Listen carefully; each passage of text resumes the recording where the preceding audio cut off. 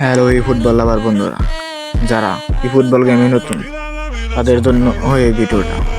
Opponent শক্তিশালী দলের সাথে 50-50 মোকাবেলা করার জন্য এই ভিডিওটা স্কিপ না করে পুরোপুরি দেখতে থাকুন। ভিডিওর শুরুতেই বলে নিই, আপনি যদি আমার আইডিতে নতুন হয়ে থাকেন, লাইক কমেন্ট শেয়ারের পাশাপাশি আমাদের সাথে যুক্ত হওয়ার জন্য অনুরোধ করা হলো। এখন সরাসরি চলে যাব মূল ভিডিওতে।